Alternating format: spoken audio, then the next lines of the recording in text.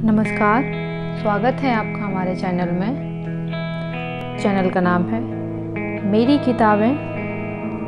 पुस्तक मैंने गांधी वध क्यों किया, जो नाथूराम गॉडसे के बयान पर आधारित है। भाग 4, आदर्शवाद की विफलता। अनुच्छेद 88। गांधी जी के हिंदू मुस्लिम एकता सिद्धांत का महत्व तो उसी समय नष्ट हो गया जिस समय पाकिस्तान बना। प्रारंभ से मुस्लिम लीग का मत था कि भारतवर्ष एक देश नहीं है। हिंदू मुस्लिम एकता से गांधी जी का अभिप्राय यह था कि दोनों मिलकर आज़ादी की लड़ाई में काम करें।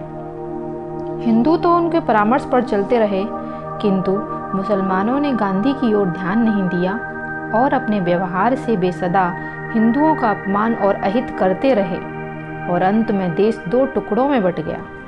89। गांधी और जिन्ना के परस्पर संबंध भी ध्यान देने योग्य हैं। जब 1920 में जिन्ना राष्ट्रीय विचारों को छोड़कर कांग्रेस से अलग हो गया और अलग मुस्लिम लीग बना ली, तो स्पष्ट शब्दों में घोषणा की कि मुसलमानों को कांग्रेस का विश्वास नहीं करना चाहिए। जिन्ना ने स्वयं को मुसलमानों का हितैषी घोषित करते हुए यह प्रचार प्रारंभ किया कि मुसलमानों को कांग्रेस के साथ स्वतंत्रता युद्ध में हिंदुओं की सहायता नहीं करनी चाहिए। उसने यह सब खुल्लम खुल्ला कहा और पाकिस्तान की मांग सामने रखी। वह स्पष्ट शब्दों में कहता था कि देश के टुकड़े करो। 90। गांधी जी जिन्ना से बहुत बार मिलने गए। वह सदा उसको भाई जिन्ना या कायदे आजम कहकर पुकारते रहे, परंतु ऐसा अवसर कभी नहीं आया जब जिन्ना ने उनसे सहयोग की इच्छा प्रकट की हो, जबकि गांधी ने उसे सारे भारत की बागडोर सौंप देने तक का प्रस्ताव रख दिया। 91। गांधी जी की आध्यात्मिक शक्ति और उनकी अहिंसा, उनकी महिमा में बहुत कुछ कहा जाता है। जिन्ना की दृढ़ता के आगे वह आध्यात्मिक शक्ति शक्तिहीन सिद्ध हो गई। 92। जब गांधी जी यह देख चुके थे कि वे अपनी आध्यात्मिक शक्ति से जिन्ना को प्रभावित नहीं कर सकते, तो उन्हें चाहिए था कि या तो अपनी नीति बदल लेते या हार मान लेते और दूसरों को अवसर देते कि वे जिन्ना और मुस्लिम लीग से निपटे। गांधी जी इतने प्रामाणिक नहीं थे कि वे राष्ट्र की भलाई के लिए अपनी महत्वाकांक्षा को छोड़ देते। इसलिए कोई गुंजाइश ही नहीं रही कि कुछ किया जा सके, क्योंकि गांधी जी के शब्दों में ही हिमालय पर्वत जितनी बड़ी गलतियां वे कर चुके थे। 93। नोआखाली कांड के 1 वर्ष पश्चात तक देश में रक्तपात होता रहा। मुसलमानों ने निर्दयता से हिंदुओं का संहार किया। कई स्थानों पर हिंदुओं ने भी उत्तर दिया। बिहार, दिल्ली और पंजाब में हिंदुओं ने जो कुछ किया वह केवल प्रतिक्रियात्मक कार्यवाही थी। गांधी जी यह भलीभांति जानते थे कि यह सब कुछ मुसलमानों के हिंदुओं पर अत्याचारों के परिणाम स्वरूप हो रहा है, लेकिन वे इस विषय में सदा सर्वदा हिंदुओं की ही निंदा करते रहे और कांग्रेस सरकार ने तो बिहार के हिंदुओं पर गोलियां भी बरसाईं। यह बात भुला दी गई कि यह सब नोआखाली और अन्य स्थानों के कांडों के परिणाम स्वरूप हो रहा है। गांधी ने अपनी प्रार्थना सभा के भाषणों में यह प्रचार किया कि भारत में हिंदुओं को चाहिए कि वे मुसलमानों के साथ बहुत आदर और उदारता का व्यवहार करें और सोहरावर्दी को, जो भले ही वह गुंडों का सरदार हो, दिल्ली में स्वतंत्रता पूर्वक सैर करने दी जाए और उसे कुछ ना कहा जाए। गांधी के निम्नलिखित भाषणों से यह भलीभांति ज्ञात होता है क हमें शांतिपूर्वक यह विचारना चाहिए कि हम कहाँ बहे जा रहे हैं। हिंदुओं को मुसलमानों के विरुद्ध क्रोध नहीं करना चाहिए, चाहे मुसलमान उन्हें मिटाने का विचार ही क्यों न रखते हों। अगर मुसलमान सभी को मार डालें तो हम भी बहादुरी से मर जाएं। इस दुनिया में भले उन्हीं का राज हो जाए, हम नई दुनिया के बसने वाले हो जाएंगे। कम से कम मरने से हमें बिल्कुल नहीं डरना चाहिए। जन्म और मरण तो हमारे नसीब में लिखा हुआ है, फिर उसमें हर्ष शोक क्यों करें। अगर हम हंसते हंसते मरेंगे तो सचमुच एक नए जीवन में प्रवेश करेंगे, एक नए हिंदुस्तान का निर्माण करेंगे। दिनांक 6 अप्रैल 1947। ख मेरे पास रावलपिंडी से जो भाई आज मिलने आए थे, वे तो तगड़े थे, बहादुर थे और व्यापार में दक्ष थे। मैंने तो उस भाई से कहा, आप शांत रहें और आखिर में तो ईश्वर बड़ा है, कोई ऐसी जगह नहीं जहाँ ईश्वर न हो, उसका भजन करो और उसका नाम लो, सब अच्छा हो जाएगा। उन्होंने पूछा, वहाँ पाकिस्तान में जो पड़े हैं उनका क्या करें? मैंने उनको कहा, आप यहाँ आए क्यों, वहाँ मर क्यों नहीं गए? मैं तो इसी चीज़ पर कायम हूँ कि हम पर जुल्म हो तो भी हम जहाँ पड़े हैं वहीं पड़े रहें, मर जाएं। लोग मार डालें तो मर जाएं, यह न कहें कि अब हम क्या कर सकते हैं। मकान नहीं, कुछ नहीं, मकान तो पड़ा है, धरती माता हमारा मकान है, ऊपर आकाश है। जो मुसलमान डर से भाग गए उनके मकान पड़े हैं, जमीन पड़ी है। तो क्या मैं कहूँ कि आप मुसलमानों के घरों में चले जाएं? मेरी जुबान से ऐसा नहीं निकल सकता। मुसलमानों के घर जो कल तक थे वे आज भी उनके हैं, उसमें जो हिंदू शरणार्थी हैं वे अपने आप चले जाएं। मैं आपको यह परामर्श दूंगा कि आप सिख और हिंदू शरणार्थियों को कहें कि वे पुलिस और सेना की सहायता के बिना वापस पाकिस्तान में अपने स्थान पर जाएं। 23 सितंबर 1947। जो लोग पंजाब पाकिस्तान वाले में मर चुके हैं उनमें से एक भी वापस नहीं आ सकता। हमें भी अंत में मरना है। यह सच है कि वे कत्ल कर दिए गए, लेकिन कोई बात नहीं है। बहुत से हैजे और दूसरे कारणों से मर जाते हैं। यदि वे कत्ल हुए तो वीरता से मरे, उन्होंने कुछ खोया नहीं, पाया है। लेकिन प्रश्न यह है कि उनका क्या होगा जिन्होंने संहार किया। यह समझ लो कि मनुष्य बड़ी भूलें करता है। पंजाब में अंग्रेजी सेना ने हमारी रक्षा की, परंतु यह कोई रक्षा नहीं है। लोगों को चाहिए खुद अपनी रक्षा करें और मौत से न डरें। मारने वाले तो हमारे मुस्लिम भाई हैं। हमारे भाई अपना धर्म बदल दें तो क्या वे अपने भाई न रहेंगे? क्या हम भी उन जैसा व्यवहार नहीं करते? हमने स्त्रियों के साथ बिहार में क्या कुछ नहीं किया? 94। गांधी जी को सोचना चाहिए था कि हिंदुओं में जो प्रतिशोधाग्नि भड़क रही है वह स्वाभाविक है। मुस्लिम प्रांतों में हजारों हिंदुओं को केवल हिंदू होने के कारण मार दिया गया और सरकार इन भाग्यहीन लोगों की मदद और रक्षा के लिए कुछ न कर सकी। तब क्या यह संभव है कि हिंदू प्रांतों में जोश न आए और पीड़ा न हो? इस प्रकार का जोश तो प्रत्येक व्यक्ति को आना चाहिए। केवल इसी ध्येय से हिंदुओं ने मुसलमानों के साथ कठोरता से व्यवहार किया कि ऐसा करने से पाकिस्तान में हिंदुओं की रक्षा हो सकती है। जब हिंदुओं ने देखा कि भारत सरकार पाकिस्तान के हिंदुओं की रक्षा करने में अयोग्य है, तब उन्होंने स्वयं यह कार्य करने का निश्चय किया। पाकिस्तान में जो अत्याचार हुए उनसे प्रतिशोध की भावना फैलना उतना ही स्वाभाविक है जितना कि अन्य अवसरों पर दया होती है। 95। बहुत से आंदोलन केवल इसी प्रकार की भावनाओं से सफल हुए हैं।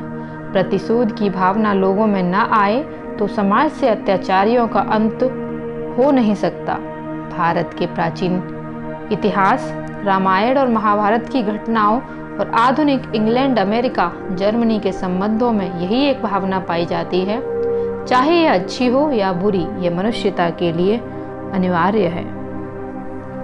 96। मैं पहले बता चुका हूँ कि भारत की राजनीति में गांधी जी ने स्वतंत्रता प्राप्त करने के मार्ग में किस प्रकार बाधाएं डाली हैं। वे अपनी नीति पर दृढ़ नहीं रहा करते थे। उनका व्यवहार युद्ध में तो ऐसा था जैसे उन्होंने सब कुछ बिना सोचे समझे किया हो। वास्तविकता भी यही थी। 97। पहले तो उन्होंने कहा कि इंग्लैंड और जर्मनी के युद्ध में अंग्रेजों की मदद न की जाए, क्योंकि लड़ाई में हिंसा होती है।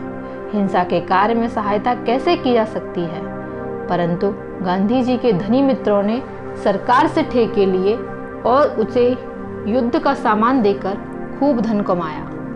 यहाँ उन धनिकों के नाम लेने की आवश्यकता नहीं है, क्योंकि विड़ला, डालमिया, बालचंद, हीराचंद और नानजी भाई कालिदास को सभी जानते हैं। गांधी जी और उनके साथियों की इन लोगों ने बड़ी आर्थिक सहायता की, परंतु गांधी जी ने इनसे धन कभी अस्वीकार नहीं किया। यद्यपि यह धन युद्ध द्वारा कमाया गया था, गांधी जी ने इन लोगों को सरकार से ठेके लेने और माल देने से रोका नहीं। यही नहीं, गांधी जी ने कांग्रेसी खादी भंडार को सेना के लिए कंबल देने की स्वयं अनुमति दी थी। 98। गांधी जी सन 1944 में जेल से छूटे तो अन्य लीडर भी छोड़ दिए गए, लेकिन सबको इस शर्त पर छोड़ा गया कि कांग्रेस अंग्रेजों को जापान के विरुद्ध लड़ाई में सहायता देगी। कहाँ सुभाष जापान के सहयोग से अंग्रेजों को भारत से भगाने की आर पार की लड़ाई लड़ रहे थे, वहीं गांधी जी ने इस शर्त का विरोध करना तो दूर सरकारी शर्त को अक्षर से स्वीकार कर लिया। 99 गांधी जी की नीति में स्थिरता का तो नाम भी नहीं था। सत्य की परिभाषा तो उन्हीं पर निर्भर थी ही। उनकी राजनीति आत्मशक्ति, व्रत, प्रार्थना और हृदय की शुद्धता जैसे अंधविश्वासों के आधार पर चलती थी। गांधी जी ने एक बार कहा था, अहिंसा से 1000 वर्ष पीछे प्राप्त की हुई स्वतंत्रता उस स्वतंत्रता से अच्छी है जो हिंसा से इस समय ली जाए। किंतु यह तो ऊपर के उदाहरण से स्पष्ट है कि वे कहते कुछ थे और करते कुछ और थे। 101 उनके अहिंसा के सिद्धांत की अस्थिरता का पता एक घटना से चलता है। पाकिस्तान के बाद कश्मीर का प्रश्न आया। पाकिस्तान ने कश्मीर को हड़पने के लिए कश्मीर पर हमला किया। महाराजा ने नेहरू सरकार से मदद मांगी और इस शर्त पर सहायता देना निश्चित हुआ कि सत्ता शेख अब्दुल्ला के हाथों में दी जाए, और नेहरू ने कश्मीर को बचाने के लिए गांधी जी से पूछकर सेनाएं भेज दी। 102 हमारे नेता यह जानते हैं कि कश्मीर पर हुए हमले में पाकिस्तान की पूरी मदद थी, इसलिए सेना भेजने का तात्पर्य स्पष्टतया पाकिस्तान से लड़ना था। गांधी जी लड़ाई के विरुद्ध थे, परंतु कश्मीर में सेना भेजने की उन्होंने अनुमति दे दी।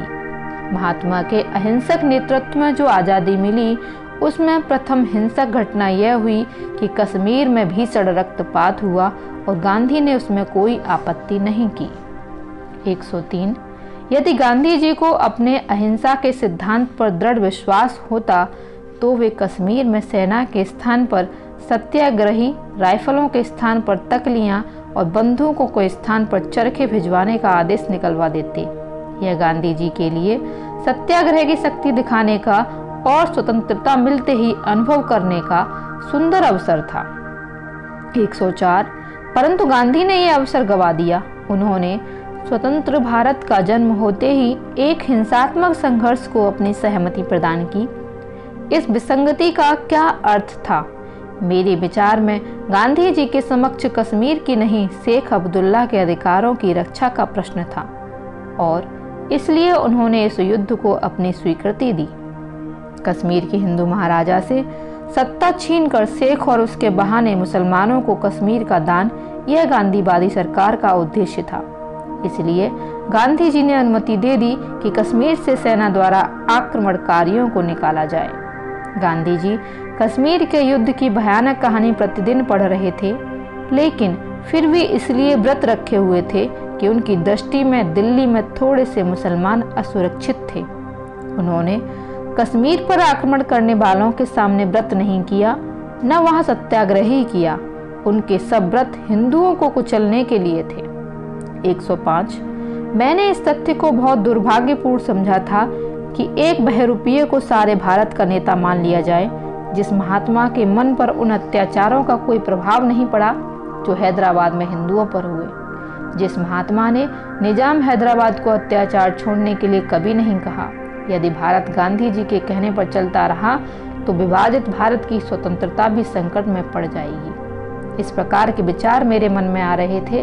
इन्हीं दिनों गांधी जी ने हिंदू मुस्लिम एकता के लिए 13 जनवरी 1947 को उपवास की घोषणा कर दी।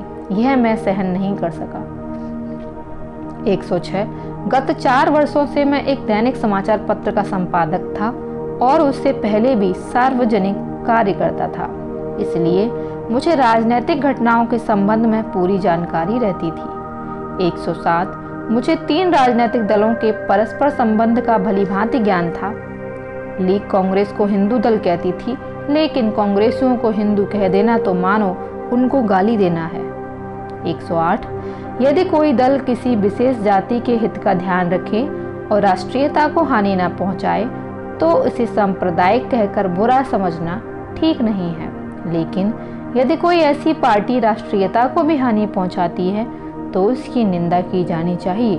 कांग्रेस लीग की हर मांग के सामने झुकती गई, किंतु महासभा के नेताओं की राष्ट्रीयता तथा नीति की निंदा करती रही। 109 जब कांग्रेस ने मुस्लिम लीग को मुस्लिम दल मान लिया तो उसे चाहिए था कि महासभा को हिंदुओं का प्रतिनिधि मानती या घोषणा करती कि हिंदुओं के हितों की रक्षा महासभा करेगी या स्वयं कांग्रेस करेगी, किंतु कांग्रेस ने ऐसी कोई घोषणा नहीं की, जिसका परिणाम यह हुआ कि एक ओर तो शक्तिशाली मुस्लिम लीग मुसलमानों के हितों की रक्षा करती रही, दूसरी ओर कांग्रेस के मुसलमान भी मुसलमानों के अधिकारों की रक्षा करते रहे।